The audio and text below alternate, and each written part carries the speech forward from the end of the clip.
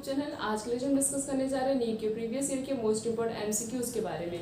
सबसे पहला क्वेश्चन है the maximum amount of electrolytes and water that is 70 to 80% from the glomerulus filtrate is reabsorb in which part of the nephron.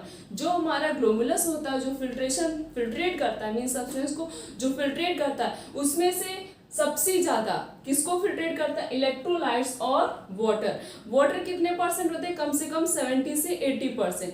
तो ये जो filtration हो रहा है, इसमें ऐसा कौन सा नेफ्रॉन का पार्ट है जिसके अंदर मैक्सिमम अमाउंट में इलेक्ट्रोलाइट्स और वाटर का फिल्ट्रेशन होता by the help of glomerulus? पहला ऑप्शन दिया क्या प्रॉक्सिमल कॉन्वेंट्रिक ट्यूब्यूल हेल्प करता है, या फिर डिस्टल कॉन्वेंट्रिक ट्यूब्यूल हेल्प करता है, या फिर descending limb of loop of Henley help करता है, या फिर ascending limb of loop of Henley करता है। सबसे ज्यादा एब्जॉर्प्शन किस में होता है? प्रॉक्सिमल कॉन्वोल्यूटेड ट्यूब्यूल में होता है।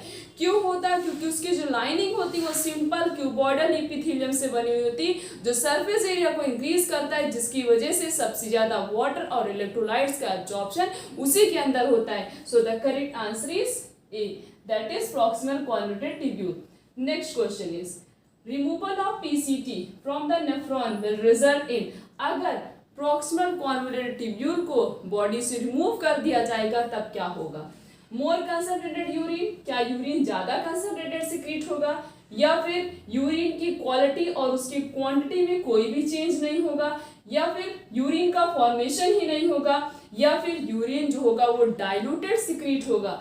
अगर प्रॉक्सिमल कॉन्वोल्यूटेड ट्यूब्यूल को बॉडी से रिमूव कर दिया जाए, मींस नेफ्रॉन से रिमूव कर दिया जाए, तब मोर डाइल्यूटेड यूरिन जो सिक्रीट होगा वो ज्यादा ही, मतलब बहुत ज्यादा डाइल्यूटेड होगा। So the correct answer is D.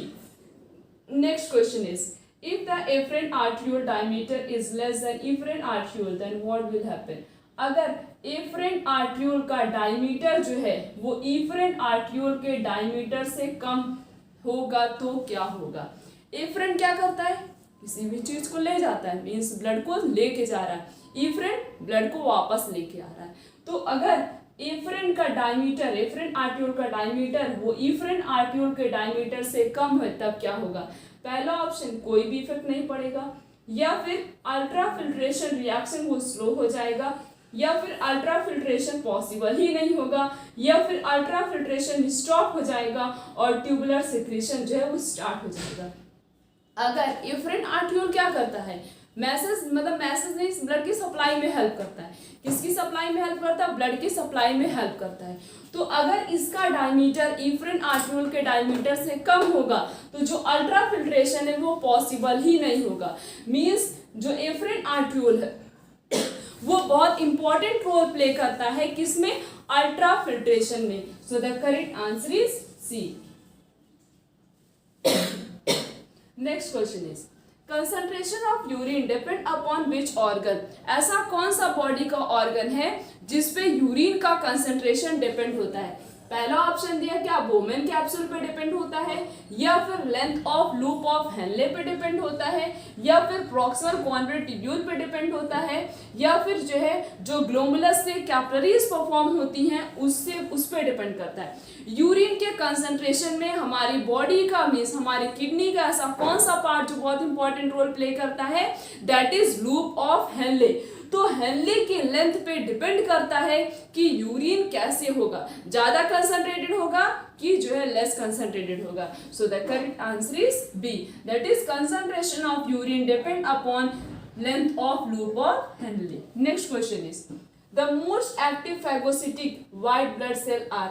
ऐसा कौन सा active phagocytic white blood cell? Phagocytic का मतलब होता है डिस्ट्रॉय करना। किसको डिस्ट्रॉय करना? पैथोजन को। जब कोई भी पैथोजन हमारी बॉडी में इंटर करता है तो WBC का ऐसा कौन सा पार्ट है जो डिस्ट्रॉय करता है किसको? पैथोजन को।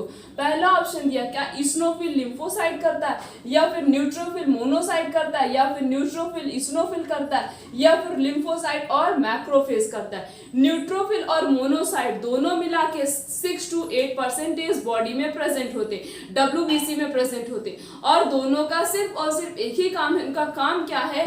ये कोई भी पैथोजन हमारी बॉडी में इंटर करता तो उसको डिस्ट्रॉय कर देते हैं। मींस ये दोनों न्यूट्रोफिल और मोनोसाइट दोनों ही फैगोसिटी का काम करते हैं। So the correct answer is B, that is neutrophil and monocyte. Next question is mammalian RBC, जो हमारी आरबीसी होती है उसका नेचर कैसा होता है? क्या वो बाइकॉन्केव, सर्कुलर और नॉन न्यूक्लिएटेड होता है, या फिर बाइकॉन्केव न्यूक्लिएटेड होता है, या फिर वो ओवल न्यूक्लिएटेड होता है, या फिर इन सब में से कोई नहीं? हमारा जो आरबीसी होता है वो पहली बात तो बाइकॉन्केव शेप का होता है, सर्कुलर होता है और उसके पास न्यूक्लियस नहीं प्रेजेंट होता है। सो the correct answer is a.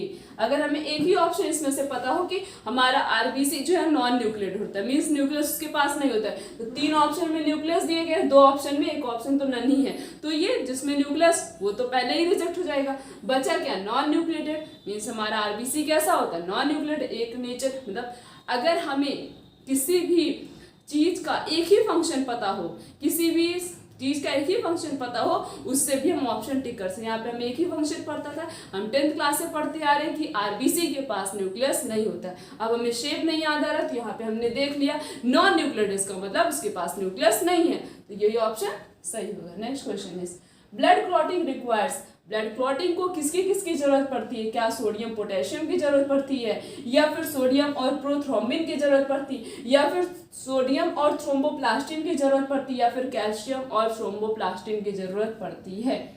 Calcium बहुत इंपॉर्टेंट रोल प्ले करता है और थ्रोम्बोप्लास्टिन, ये दोनों बहुत इंपॉर्टेंट रोल प्ले करते हैं। किसमें इंपॉर्टेंट रोल प्ले करते हैं? ब्लड क्लॉटिंग में। जब कभी जो है क्लॉटिंग होती है, खून रिलीज होता है, उसमें कैल्शियम बहुत इंपॉर्टेंट रोल प्ले करता है। अगर हमारी बॉडी में कैल्शियम का अमाउंट प्रॉपरली मेंटेन है तो क्लॉटिंग ज़्यादा समय तक नहीं होती है। तो कैल्शियम और प्रोथ्रोम्बिन दोनों मिलकर क्या करते हैं? ब्लड क्लॉटिंग में हेल्प करते हैं। तो हमने इस लेक्चर में नीट के प्रीवियस ईयर के मोस्ट इंपॉर्टेंट एमसीक्यूज के बारे में डिस्कस किया। आने वाले लेक्चर में इस तरीके से और बहुत सारे अच्छे अच्छे एमसीक्यूज के बारे में डिस्कस करेंगे, ताकि हमारे जितने भी चैप्टर हैं वो अच्छे से क्रिस्टल क्लियर हो जाएं। तो आज के लेक्चर यहीं तक। Thank you.